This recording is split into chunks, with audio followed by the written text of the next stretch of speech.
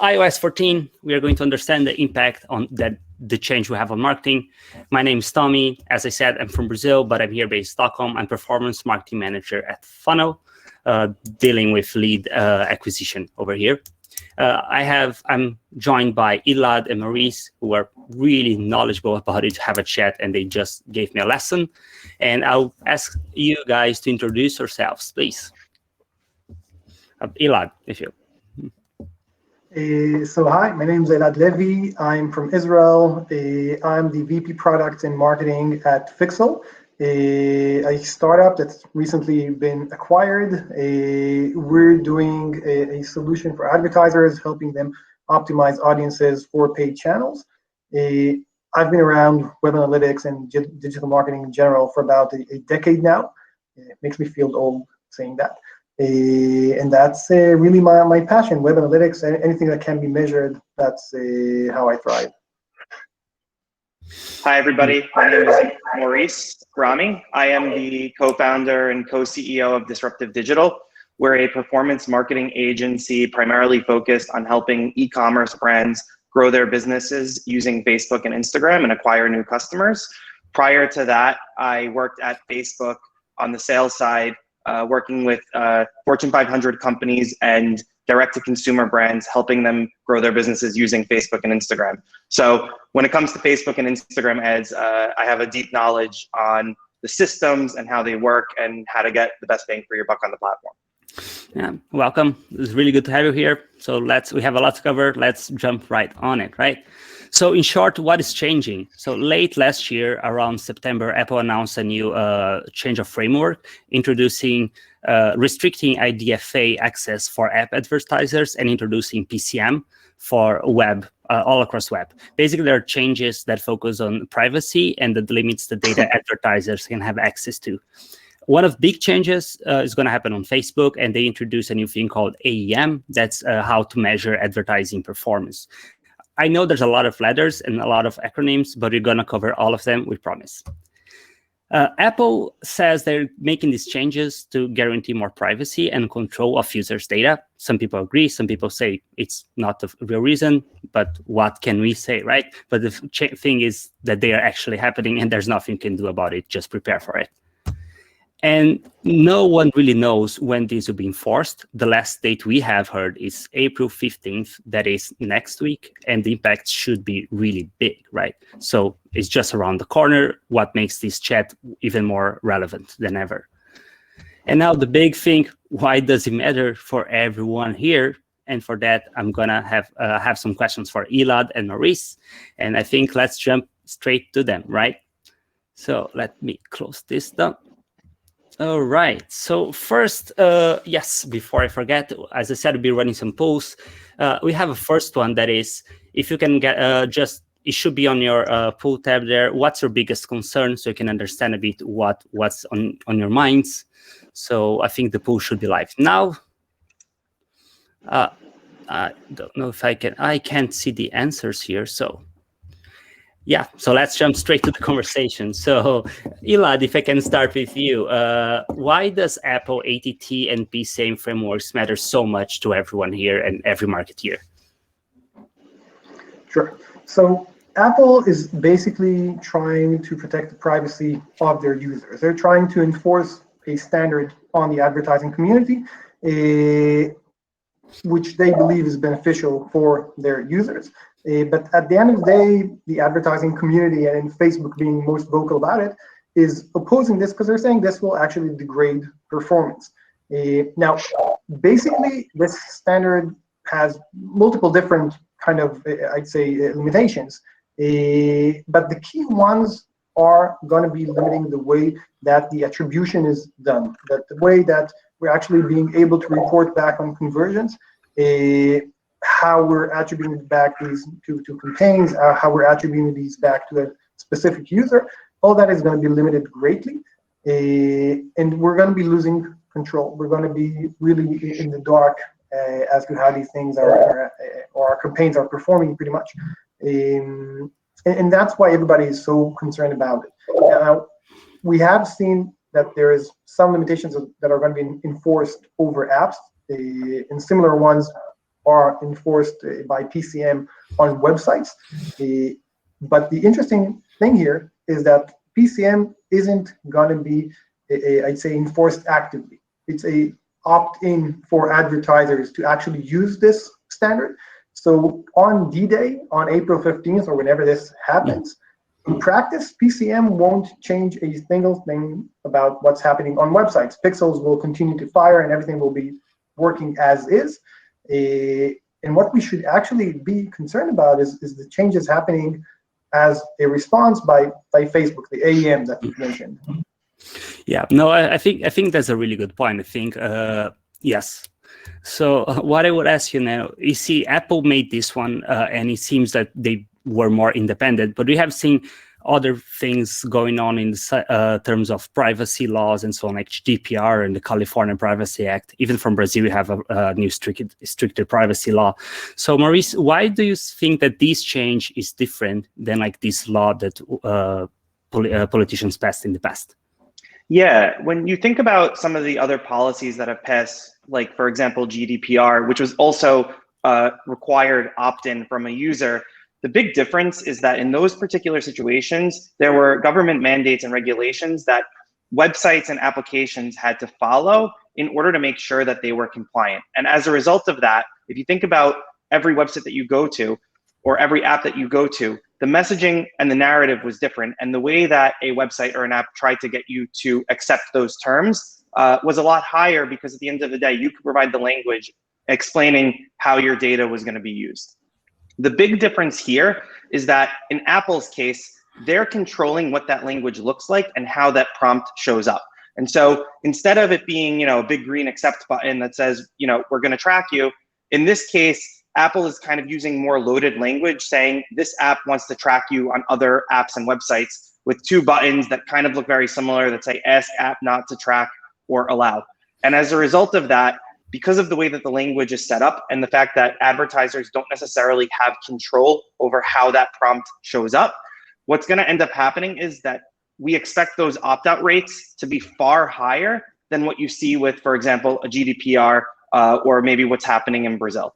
And so, just to kind of put that into context for you, we don't necessarily know what those opt-out rates are going to look like until this hits. But for example, Bumble, the dating app, in their S1 mentioned that they're expecting about a 10 to 20% opt-in rate. And so if the opt-in rates are going to look at those levels, it's going to have massive implications on the reporting, tracking, optimization, and measurement of how advertisers move forward once this hits. Yeah, I think when going back a little to Pool, you mentioned reporting and measurement. I think that was what people are more concerned about. And given that Apple, if I'm not mistaken, the US, it's at least 60% of the whole mobile market. So it's a huge impact, right? No one can escape. Yeah, and I would even add, and more importantly to that, is that if you think about where most of the revenue for consumers comes from in terms of where they're spending, the average revenue per user on iPhone is far higher than what you'll typically see on an Android device as well. Yeah. Kind of a dogma. I would want to chime in, and there is a recent report released only today by AppSpy that says that they're seeing higher than expected opt-in rates, about 41%, which is good news. And maybe that will continue, and some of the madness will be put aside. Yeah, I think the opt-in rate is the biggest unknown, right? And that's the thing. Until it's actually enforced, we have no way of predicting opt-in rates. So, for sure. Yes. Yeah. And we know that Facebook is sort of hijacking the conversation, right? But is only them that will be impacted, or like what other platforms will be impacted? What other responses are we seeing from different advertising tools? So I think the key thing to understand here is Apple is trying to create a standard for the advertising community. And they're trying to get everybody on board with that standard. If they publish a standard and no one adopts it, it's a dead word. So what they're trying to do is get everyone on board, and Facebook is trying to beat them to market, is trying to get that standard AEM out there. It's not one that's meant to be used by Facebook only. And hopefully everybody will tag along, Pinterest and Bing and whoever else. So that's what's happening in the background. Now, currently, everybody's quite silent about it. No one has really been speaking up and opposing Apple in any way besides Facebook. Because in practice, they won't be hurt, they won't be damaged immediately. And this is a longer play that they're really kind of sitting on the fence and trying to understand how it will span out. We have seen that Google is driving some changes. They have historically changed the way that they're tracking, and they've moved away from third-party cookies to first-party cookies. They can do that because they have, Chrome and they have Android and they have your data, so they don't really rely on third-party data in any case. But beyond that, just to show that they do care about privacy and all that, they have introduced Flock, which in my opinion, and many in the industry also say that it's really a premature product, and it's really nothing that's currently anywhere close to being launched officially. The joke is that it's not even GDPR compliant. They really tried testing it last week, and they got rejected for legal reasons. Yeah, I would just like to ask Eli. So I promised people that we would explain what AEM is. Can you give a brief overview on both AEM and now you mentioned Flock? If you would like a tweet about what are these? Okay, so PCM is Apple's standard, stands for private click measurement. Basically, it says that when a user is coming in from an app into a website, they will be flagged with a specific source. This individual arrived from Facebook, and he's tied back to a specific campaign. And that's the level of reporting that you will receive if this individual continues to convert. A conversion will be attributed back to that campaign within the specific ad platform, be that Pinterest, Facebook, or whichever ad platform. So the tying of the data will be very, very limited. You won't have any granular user level data. You won't have ad level data or ad set even data. And that will be reported within a delay randomly between 24 and 48 hours. So we have non-user data, we have campaign level only data, and that delay. And that's really causing great impact on how we can optimize our campaigns. Now, Facebook's AEM is trying to drive a similar restriction within the Facebook toolset. So similarly, they'll be tracking campaign level data only. We'll talk about how they're going to be bringing it down to the ad set level, but off the bat, it's going to be a campaign level data only. They're also limiting the number of events tracked. They're limiting it to 8 events so they can run all their statistical modeling. And similarly, they'll have a delay, which should be about 48 to 72 hours. That means that any changes you're doing in a specific ad will only reflect 3 days down the line, which again is terrible for optimization. So it's very similar in how it will impact us. But again, Facebook will enforce that immediately. Originally, they said they're going to be enforcing it across the board, whether you're running app campaigns, website campaigns, Android, iPhone, whatever. So it should be stricter than Apple in that sense. But again, after talks with many Facebook reps and being on their webinars, they're still confused about it themselves. They still don't know how this would actually look like. So there's plenty of unknowns within that, and then that's really the bare kind of understanding that we have on top of this. That's a PCM. Yeah, and I think it's a bit. When I talk to reps, it's also the same. I feel that Facebook, so far, they don't want to compromise. They want to make any promise, right? So they say something's going to change. We don't know the impact. All we can do is to prepare for that and test, and that's it. So, and Maurice, do you have any take on why other social media platforms are not as vocal as Facebook? Yeah, I think that there's a couple of things to kind of keep in mind. And it's been interesting because of the fact that some of these other platforms haven't been as vocal. I've been hearing from a few different people, well, we'll just diversify away and go to these other channels. But in reality, everybody's going to be impacted. The reason why you're hearing more from Facebook versus from the other sort of channels that are out there is because in a lot of ways, Facebook has the most to lose, right? Mm-hmm. They have over 8 million advertisers, over 5 million sites use the Facebook Pixel, and it's estimated that about 70% of the spend that Facebook sees comes from direct response. Just to kind of put that into context, for example, Snapchat has less than 200,000 sites that have the Snap Pixel, mm-hmm. and Twitter accounts for about 15% direct response advertising. And so what's been interesting to see is how these other platforms are responding. And just because maybe they're not being as vocal, they are still making changes. For example, in the Snapchat situation, they are still making a lot of modifications on the app advertising side to help ensure that they're going to be compliant with Apple's changes when it comes to sked network, which we haven't even gotten into. And so, for example, in that particular instance, you're going to be limited in the number of campaigns that you can run to iOS devices for applications, right? Websites is a different situation. And so what that means is that Snapchat is limiting the number of campaigns that an app advertiser can actually run on their platform. Mm-hmm. Secondarily, even on the website side, we spoke about Facebook's AEM. Snapchat is developing their own version of AEM called Advanced Conversions. So they're still making a lot of these changes. And what's interesting is that just in the Financial Times a few days ago, it was reported that Snapchat was trying to find workarounds to kind of like bypass some of the changes that Apple's making, and it kind of got shut down. So these other platforms are dealing with the same challenges, and this is going to be an industry-wide challenge that we're going to be facing, whether you're an app developer or whether you're a website advertiser, regardless of what platform you're advertising on. Yeah, and I think that's the important thing to notice, right? Facebook can be really vocal, but everyone will be affected.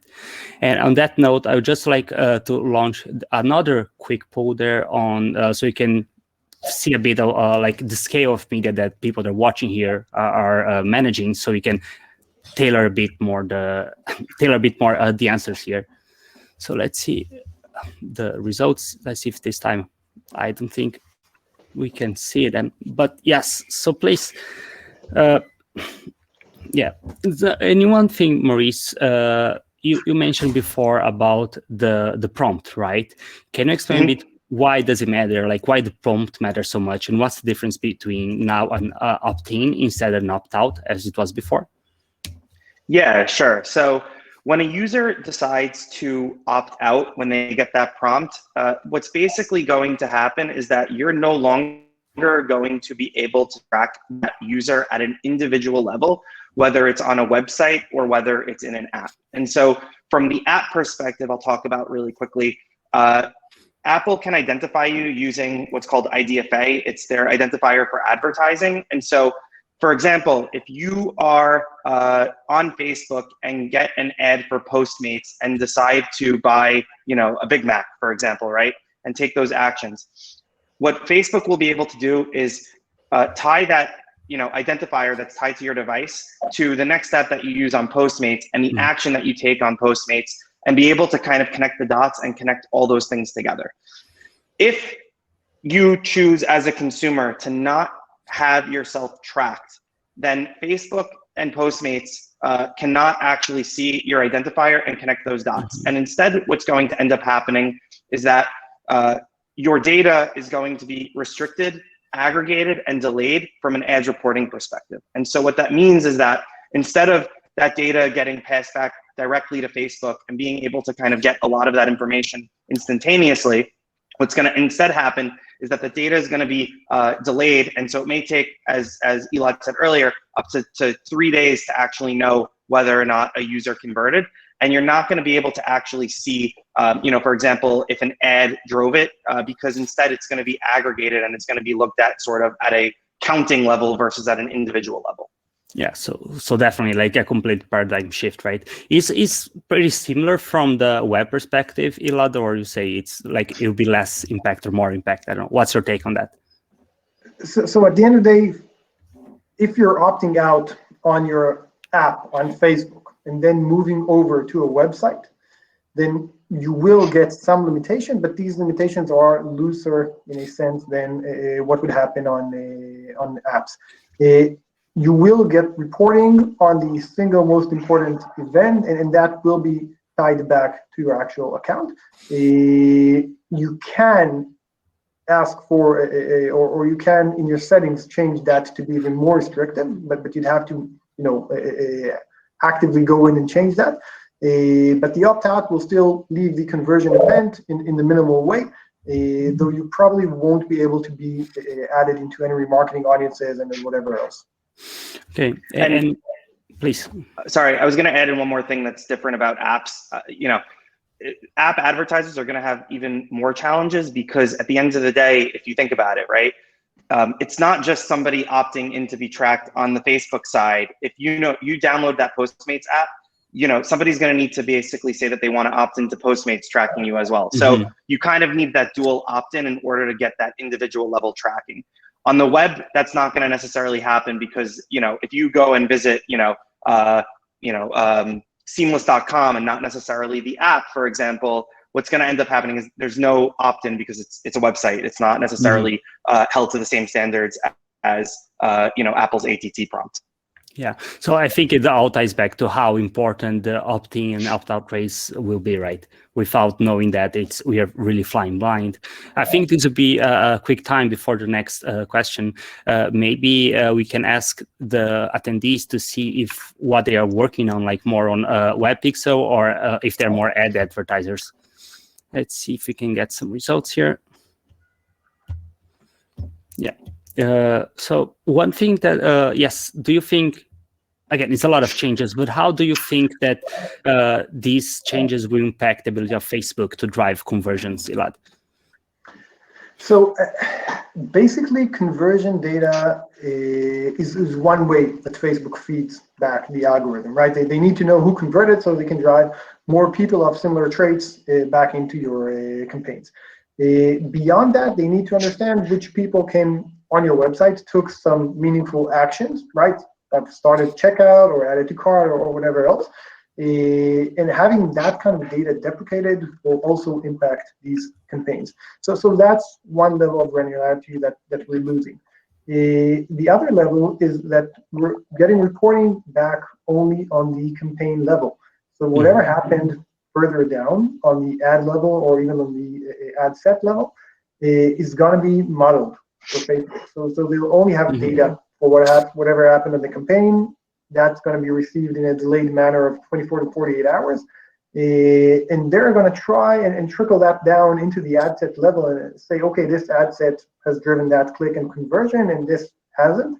And this modeling is going to probably result in poorer results than what we've been used to be getting. So really, we're expecting things to deteriorate. The best response I've gotten by a Facebook rep for this is to work on our brand and not be reliant solely on people, clicking direct response kind of things.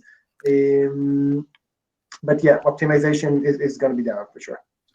Yes. Yeah, that's also, I think, my biggest concern as well, right? If you have a large percentage of users that are choosing to opt out, Facebook's secret sauce, and the truth is, like most of these platforms, the reason why they can be so powerful is less so what happens on the platform and more so what that pixel is pulling in or that Facebook SDK is pulling in and starting to tie and create those user profiles together. And so if you're starting to remove a large chunk of data around tracking, right? The question then is, how does that machine learning that Facebook is using to find the next user who's likely to buy, what is the impact on that going to be if you can't necessarily have as much data flowing through the system to start to find the right types of customers? Yeah, definitely. Maurice, I wanted to ask you now, your turn. Can you explain a bit what's SK ad network? You mentioned this before, but if you can quickly define for us. Yeah, sure. So, I think the best way to think about this is there's kind of two components to an app, which is slightly different than maybe what happens on the web. There's what happens when you actually install the app, and then there's the actions that you want to take after you actually install the app, like maybe making a purchase. And so what's changing is that I mentioned earlier that Facebook uses a IDFA to basically connect you to the app that you're using. And if you choose to opt out, that identifier goes away And what's going to end up happening instead is that you're going to start to see data in aggregate. And that's what sked network is really about. It's more of a privacy safe way for advertisers and publishers to measure results and get reporting back that's not going to be done at the individual level, but done at the aggregate level. And so there's a couple of things to keep in mind here, and it's similar to the web, but slightly different, right? Because of that dual opt-in. One of the biggest changes is that, prior, when you used to have somebody install an app, you used to get that data back instantaneously. Now it's going to take 24 to 48 hours to actually see whether or not somebody installed.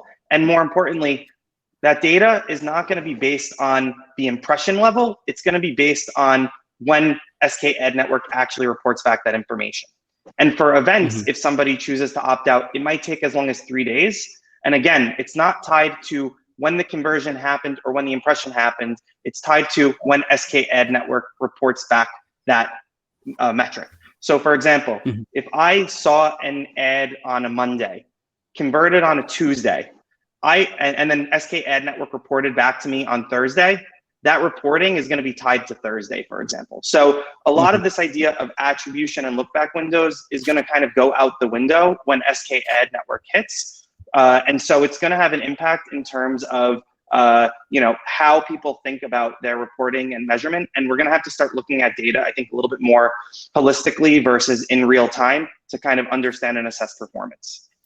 Yeah, it's hard also because the reporting, it will be a window, right? It's not like you can just, if it's 24 hours, you can try to say, no, yeah, let's try to bring back 1 day, but it'll be a window between 48 and 72 hours, if I'm not mistaken. Exactly, right? Exactly. Another thing that's going to be different on the app side versus the web side is that on the app side, you're going to be limited in the number of campaigns that you can actually run. So for example, on the Facebook side, you're limited to 9 iOS 14 campaigns that you can run at any given time. On Snapchat, it's roughly 10. And this is based on limitations that Apple put in place. On the website end, you can run an unlimited number of campaigns and not run into that sort of a challenge. So that's an interesting point here, because Facebook has actually taken a stand that's more restrictive than Apple. Because Apple has said we can allow you 256 campaigns and we'll allow you 16 events. But Facebook has actually limited that far beyond. Only 8 events, and then, as you said, 64 or however many campaigns or less. I think they're going to be updating their limits as Apple is updated once they've got some backlash from the community. But at the same time, I think they're reserving some of these slots for their own kind of modeling and all that, so they can make up for some of the data lost. And Apple's already updated and increased some of those limits already, so I wouldn't be surprised if that happens. I think one of the biggest limitations that's going to happen on both the app side and the website that isn't necessarily spoken about as much as it should be is what's going to happen to value reporting. And so, right now, if you are an advertiser and you're trying to focus on return on ad spend, when you send a purchase through via Facebook or Snapchat or any of these channels, you'll get that exact amount that somebody spent. That's going to be disappearing if somebody chooses to opt out of tracking. And so what I mean by that is, in the past, if you were actually seeing that somebody spent $101, you would get that number. If somebody opts out, what's going to end up happening is that that number will likely be 0 unless you choose to show your purchase tracking with multiple events. So what might end up happening on the Facebook side, right, is that you choose 4 events and say, I want this one to be a purchase for $0 to $10. I want this one to be a purchase for $10 to $20, etc. And instead, your reporting is going to look more at the value sets, and you're going to get an estimated return on ad spend versus actually see that true value that Facebook or Snapchat or whoever is actually driving for your business. For sure. And I think ROAS, that's the magic kind of plug number everyone's looking for. From what I've seen on the web campaign side, you need to reserve 4 slots of events for that tracking, right? If you're doing value optimization, which is what most e-commerce websites will do. And from my understanding, again, this is from trying to grab some information from the Facebook reps, you'd have these pretty much grouped into, I'd say, percentiles, right? Top 25, 25 to 50, and really kind of break that down, which could, to some extent, work fine if your site isn't, spread across too many kind of product lines or, price ranges. Otherwise, it could really go berserk. Yeah, I'm, as you bring that up, one of the things that's funny, one of the few benefits that the app side has versus the Fixel side is that you actually get 63 events on the Facebook end versus 8. And one of the things that we're doing with advertisers that are more focused on value and have higher amounts of events or higher amounts of price variance available is we're not just using 4 price events for value optimization or ROAS reporting. We're actually using, as many as 6, let's just say, for example, because it'll allow us to kind of get more of what we care about, which is that return on ad spend. So, don't limit yourself to 4. You can go further. And I think the important thing to keep in mind here when it comes to those events is that, it's more so about the optimization side of things that you should be thinking about when it comes to that versus like the reporting side, right? So, if you're not using add to carts in any way when it comes to optimization, you might not necessarily need to include an add to cart because the reporting is going to look funky anyways based on what's going to be happening with AEM. So, I would definitely say prioritize events that you want to kind of optimize for versus if you're just kind of looking at it for reporting's sake. Right. All these scroll events and all that. Yeah. Exactly. Sorry, everyone. We have some small technical issues. That's the thing with running live. Thank you, Elad and Maurice, for holding it up. Yeah. So a quick, rolling back a bit in terms, you mentioned about the number of data points that we'll be able to get, right? How do you think this can impact targeting and like retargeting audiences? Will it even be possible to do retargeting? Yeah, absolutely. So, if a user chooses to opt out, whether it's from an app perspective or a website perspective, it means that you're going to be more limited in terms of bring your own data to these platforms. CRM-based data is still kind of up in the air on whether you're going to be able to bring that. We haven't necessarily gotten a clear answer from Facebook on if that's going to be possible. And if that is, it's going to help dramatically. But let's talk about apps and let's talk about websites separately. On the app side, you might end up seeing that re-engagement campaigns of somebody that installed and used your app is going to decrease dramatically because of the fact that you kind of need that dual opt-in. On the website side, right, you still might have retargeting audiences, but they're going to be a lot smaller because you're going to have potentially a lot of users that opt out of tracking. And so the natural question becomes like, how do you start to retarget those users? And I mentioned this idea of maybe being able to bring your own CRM data in, and that should be compliant with ATT. It's still an unknown. But what we're going to end up seeing is a lot of advertisers are going to have to leverage on-platform data that's tied to how people are interacting with their ads. And so what do I mean by that? In the Facebook example, right, while we might not be able to necessarily track somebody that visited your site, Facebook allows you to start to target people that engaged with your content. And so, as like a sort of workaround, one of the things that you could theoretically do, and we do with a lot of our advertisers is, we'll target people that engaged with our ads or clicked on our ads.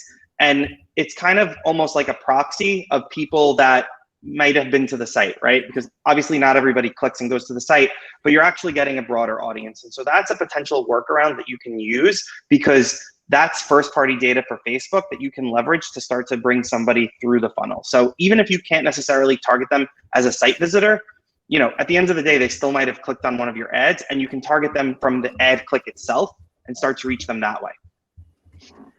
I'd add in another concern that I have, because beyond, having people opt out and being invisible for that, people that do opt in, people that do visit the website, we won't necessarily have that same breadth of data as we previously had. So you won't be able to create, granular retargeting for anyone who visited category A or anyone who scrolled down however much or spent so long on your website.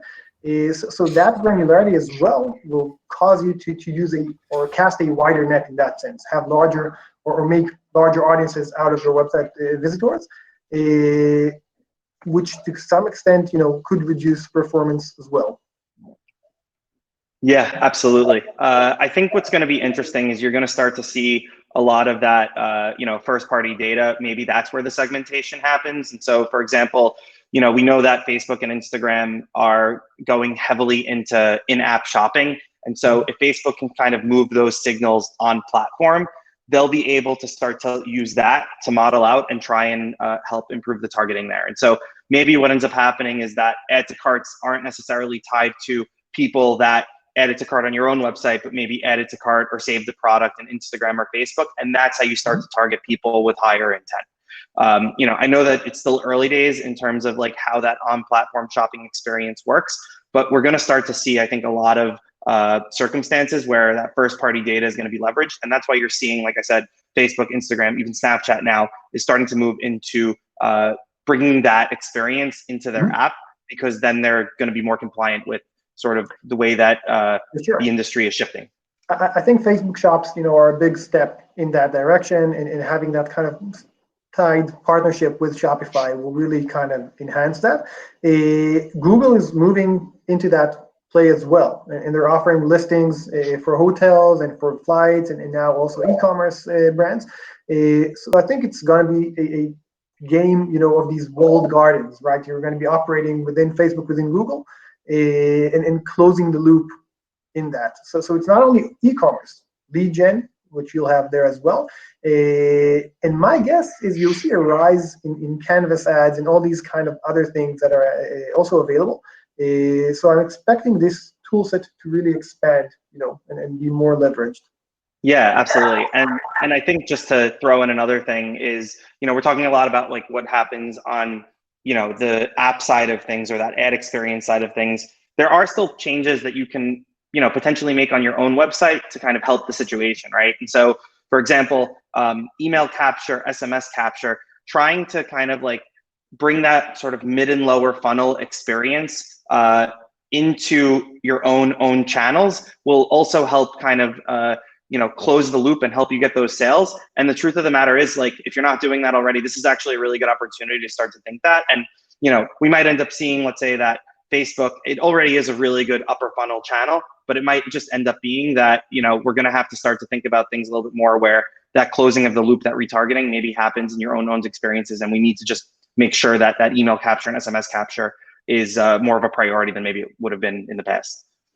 So tagging on that SMS and email capture, offline conversions, which are a big deal for some of the clients I've been working with, we do believe, or maybe hope, I'd say, will still be active and still be a viable solution even post AEM, PCM, and all these acronyms. So being able to capture these, drive that kind of conversion online, offline, and really close the loop when they actually convert and do that purchase, sign up, whatever else, is going to be very, very meaningful. So being able to really join that kind of data across the entire user journey is meaningful, and will really help to bridge these different kind of gaps there in the data. Yeah, absolutely. Welcome back. Thank you. Yes, things always go wrong when they can't, right? So, but again, it's almost like you.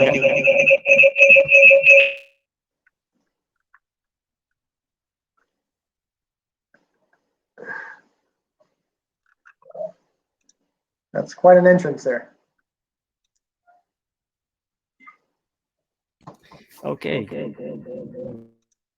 Still echoing.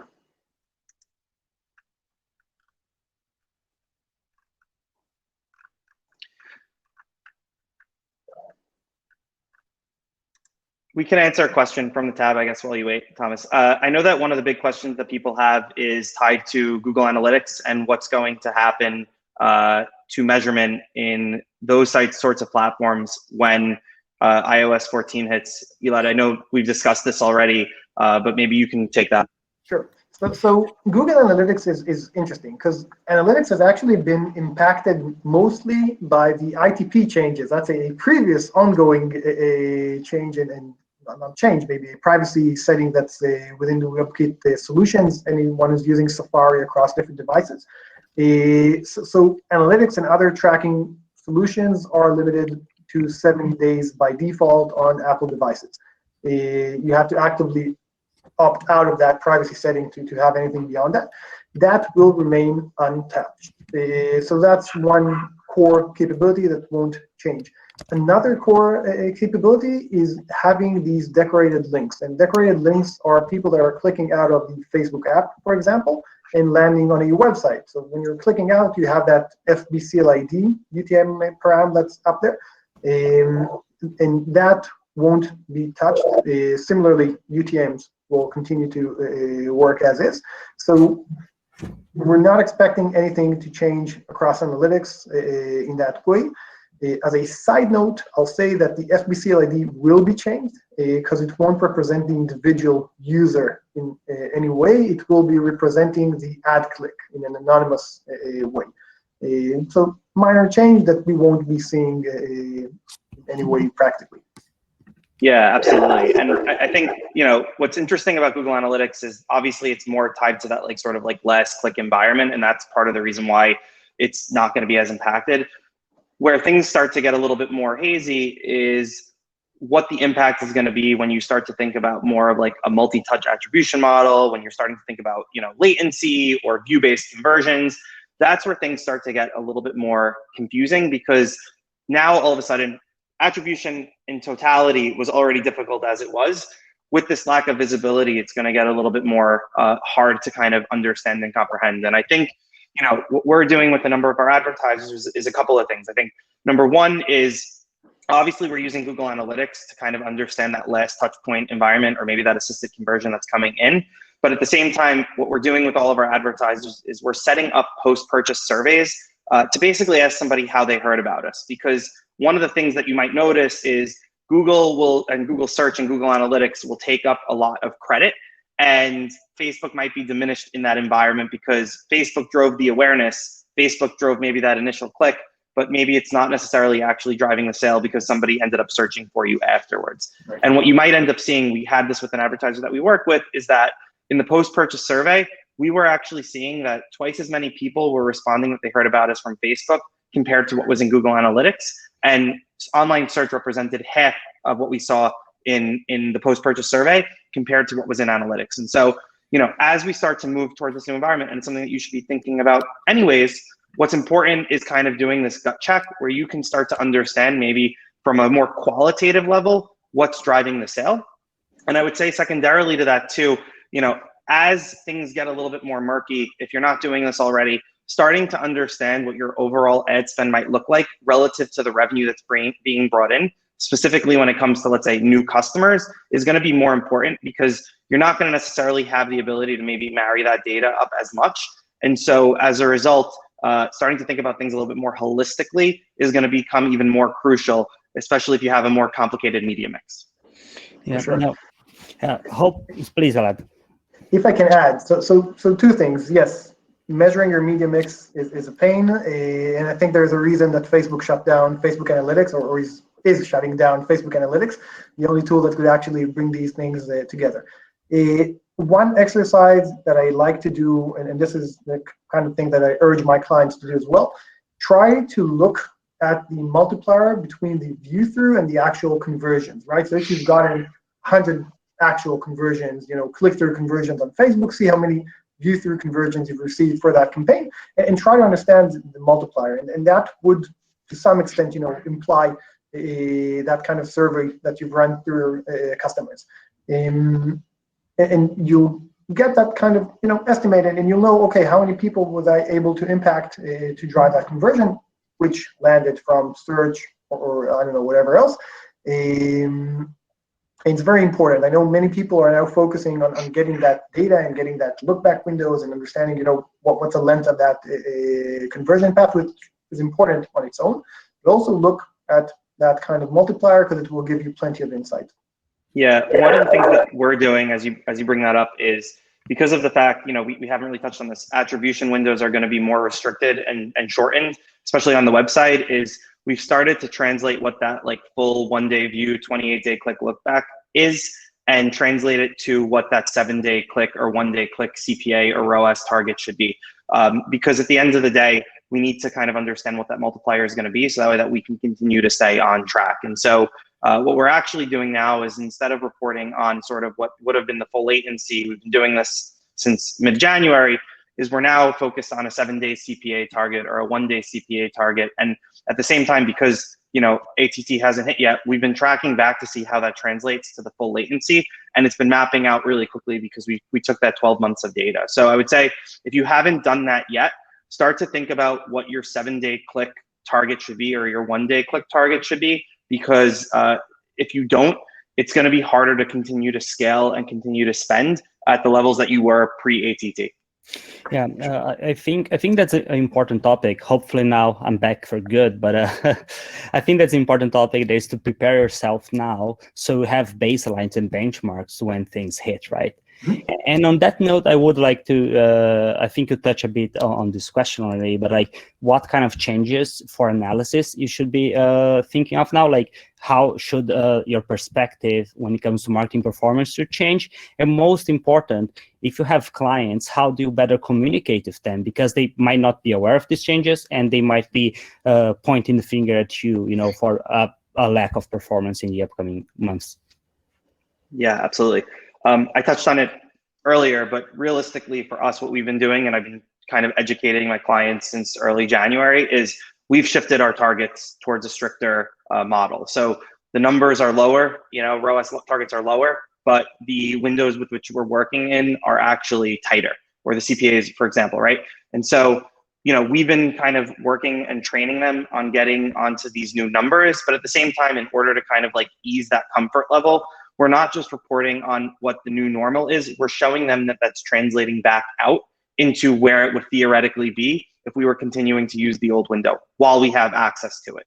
Because we need to kind of build that comfort and that ability that a client knows or an advertiser knows that these numbers are actually translating out, and it's coming in very, very closely aligned with where things would have been in that other environment. So that's good. I think one of the things that's going to be interesting for agencies and clients, which I think is going to actually be a good thing in this particular situation, is, I think sometimes a lot of agencies or advertisers might rely on data that was correlated versus causal. So for example, if you're targeting existing customers, you tend to see really high return on ad spend and it's heavily view-based. Those conversions might have come in anyways.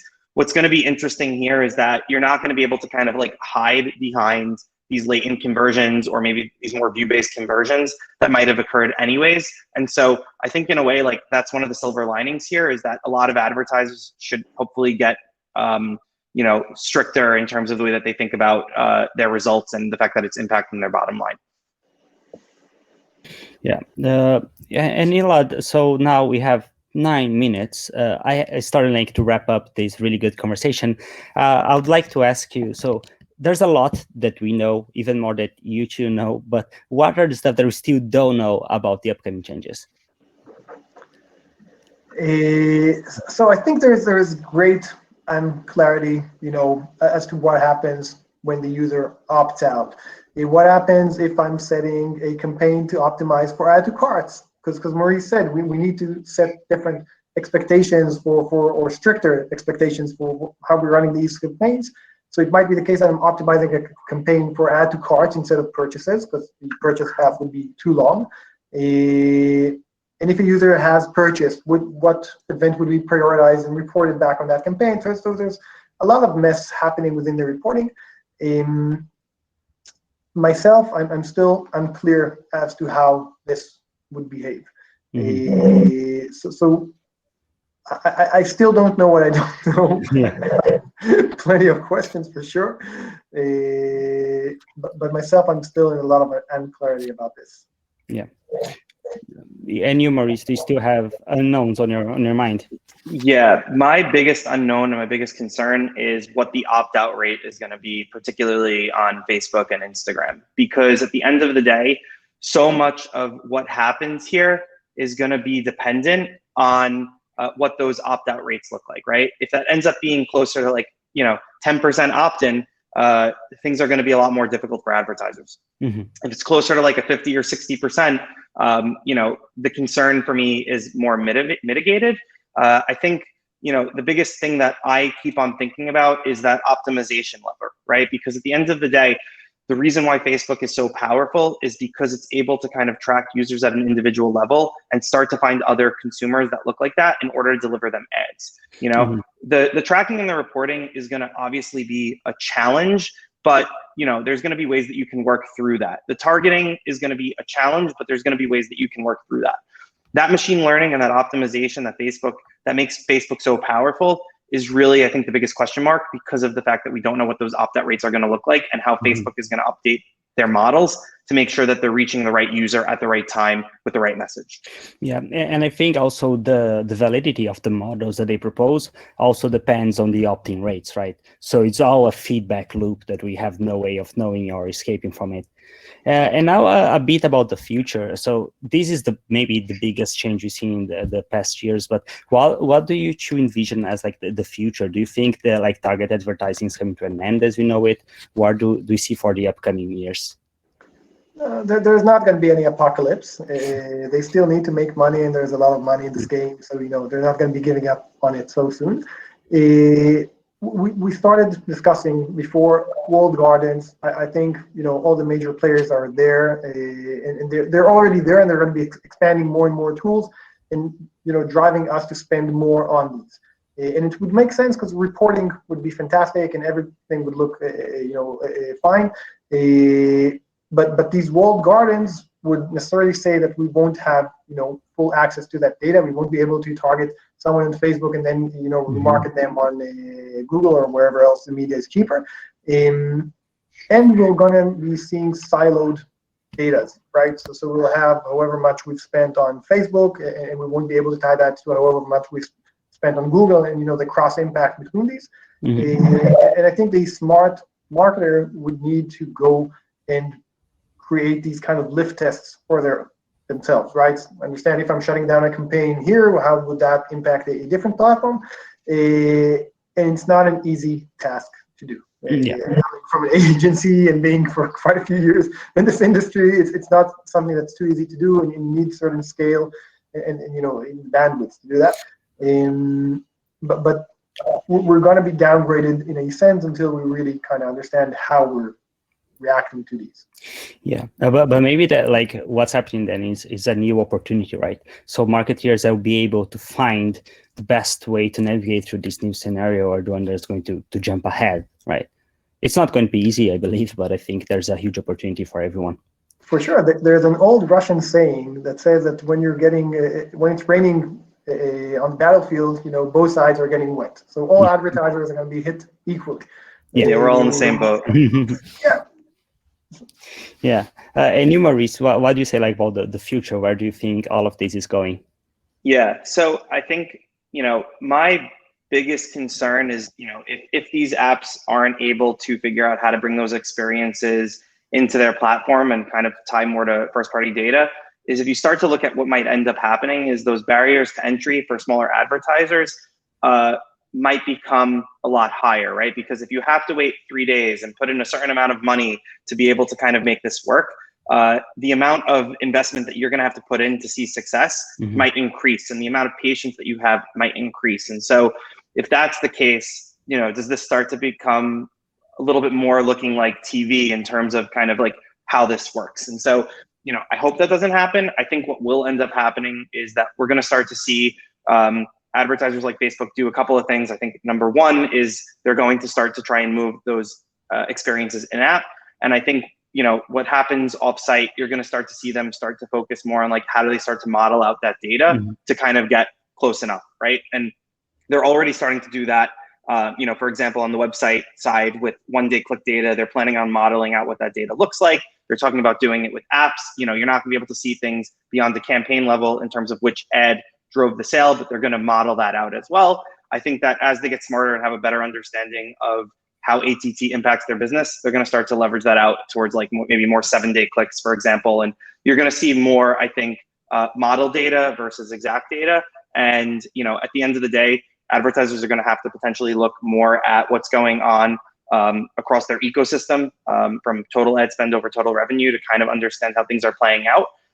So it's just going to mean that, you know, we're going to have to start to look at more sources than we already are, and we're already looking at a lot to make sure that we're kind of working through, what's going to be successful for a client or for the brand. Yeah, but on the topic of modeling, don't you feel that then this gives like more power, like for Facebook or for the platform in itself, right? If you don't have exact data, you need to trust in the model, right? And I will also say, I think what's going to end up happening is I think that, while this might have been intended to, kneecap Facebook or cripple Facebook, it's probably going to make them more powerful than what they already are. Because at the end of the day, they're still the biggest player in the sandbox. And so they have a lot more that they can work with than some of the smaller players. And that's also a bit of a concern for me as well. Yes. We have a couple of questions from the chat. So I think we touched on that already, but with the reduction of data coming in from iOS 14 users and the change of window attribution to only 7-day click, how do you guys see the conversion events changing for our products with a long purchase journey? You gotta lower your expectations. Start with, smaller kind of actions that they're doing. If it's an add to cart or viewing some pricing page, or really kind of looking at these preliminary actions ahead of the actual purchase, there's no good news here. Yeah, I would definitely recommend looking at what your 1-day click performance looks like, as well as your 7-day click, and see if that 1-day click kind of runs in line with what you're seeing on a 7-day. If the trends are similar, you should be fine with kind of like measuring out on sort of like that 1-day performance. But if you're seeing that those are slightly different, it's going to be a little bit more of a challenge and you're going to have to work through it. But I would definitely recommend, make sure that you understand your numbers at the tightest attribution windows, as well as what you theoretically want. And if they kind of line up and the patterns look similar, you might even be able to kind of focus on that 1-day click performance and still get similar results as if you were looking at and bidding for a 7-day click window. Yeah, I think in the end, again, I don't want to sound repetitive, but like we don't know. Things are going to be harder, but we don't know, right? Yeah, so we are on time. I have, if you can have one like advice for these upcoming changes, what you would say, like for our people watching here? One short advice. I'd actually, go back to the basics of marketing. Okay, like Facebook has recommended branding. You really need to understand it goes beyond paid ads. Paid ads is a channel, and that's fantastic. But you need to really work on your marketing in general, because you need to be in front of the right people, whenever you can. And ultimately, this is what drives, good business to you. Digital marketing and paid ads specifically, that's channels. So go back to the basics. Yeah, I think that makes a lot of sense. Yeah. What is your philosophy? Yeah, I think realistically, Facebook has given a number of guidelines around next steps, whether you're an app or a web developer. I would just focus on what those are, make sure that you've done those, make sure you understand your numbers and what those are going to look like theoretically when all of this kind of goes away in a couple of weeks. Because, while, you can't be fully prepared for what's about to happen, you can still be prepared enough. And so I think as long as you're following the guidelines that Facebook put in or other publishers have put in and understand your numbers and what they're going to look like in this new environment, you're going to be the best prepared that you can possibly be for what's about to come. Yeah, I think those are wise words. So we are out of time. I will once again thank you very much, Elad and Maurice, for joining us. It was a really good conversation. I will thank you, Megan and Catherine, who are on the back and answering everyone here on the chat. And of course, thank you everyone that watched us. There's still a lot to come. This video will be available. You can go to all of our websites and blogs here from Disruptive Fixel to find more content about it. And let's see what the future brings to us. Thank you very much. Continue the conversation on Twitter as well. You're welcome to join in and chat with us. Yeah, or feel free to email me or tweet at me and ask questions, and happy to help out where I can. Yes, thank you. Until next time. Bye-bye. Thank you. Take care. Bye.